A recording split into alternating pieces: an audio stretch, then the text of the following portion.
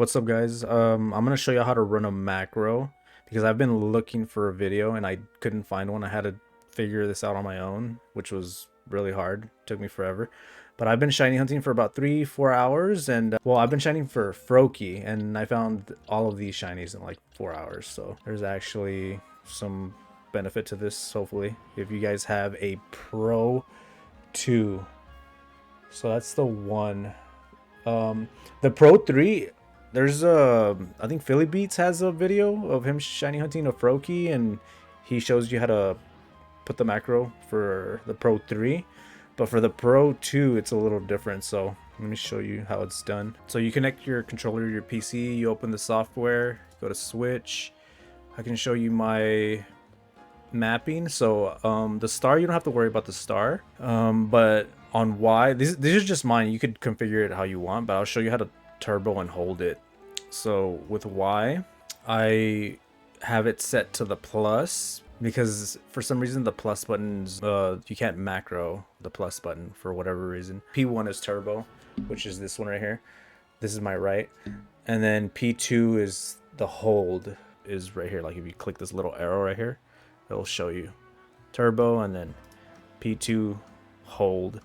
So that's how I have mine. For macros, this is what I have. So for area 5, I set it to the B button. So the B button activates the Y, which the Y is set to the plus, right? So it goes, Y is set to plus, so it opens the menu. This is the way I have it. I couldn't figure out another way. It was weird. I have 5 diagonal right, and then I added an A, and this is 49ths of a second.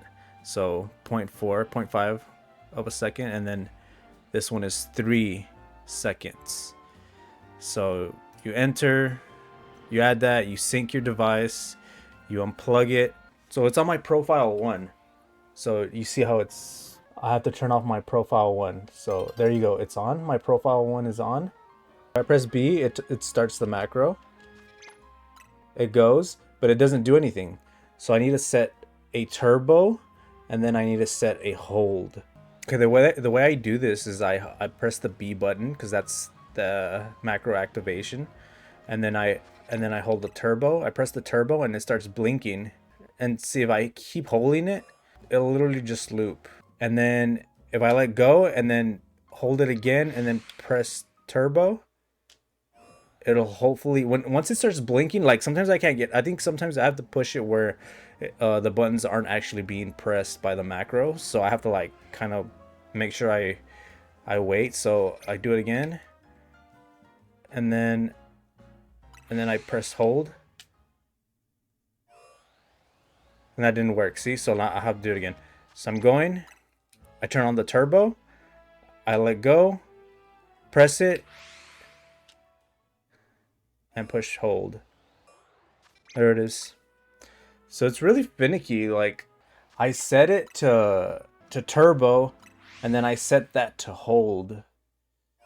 So like I kind of, but you have to like push the hold when it's not doing the macro inputs. That way it can like actually start looping it, which is, it's kind of confusing, but if you play around with it, if you kind of like look at the settings I have for my macro and for the mapping, you can definitely, and it'll just start going like that, like it's just going, you know.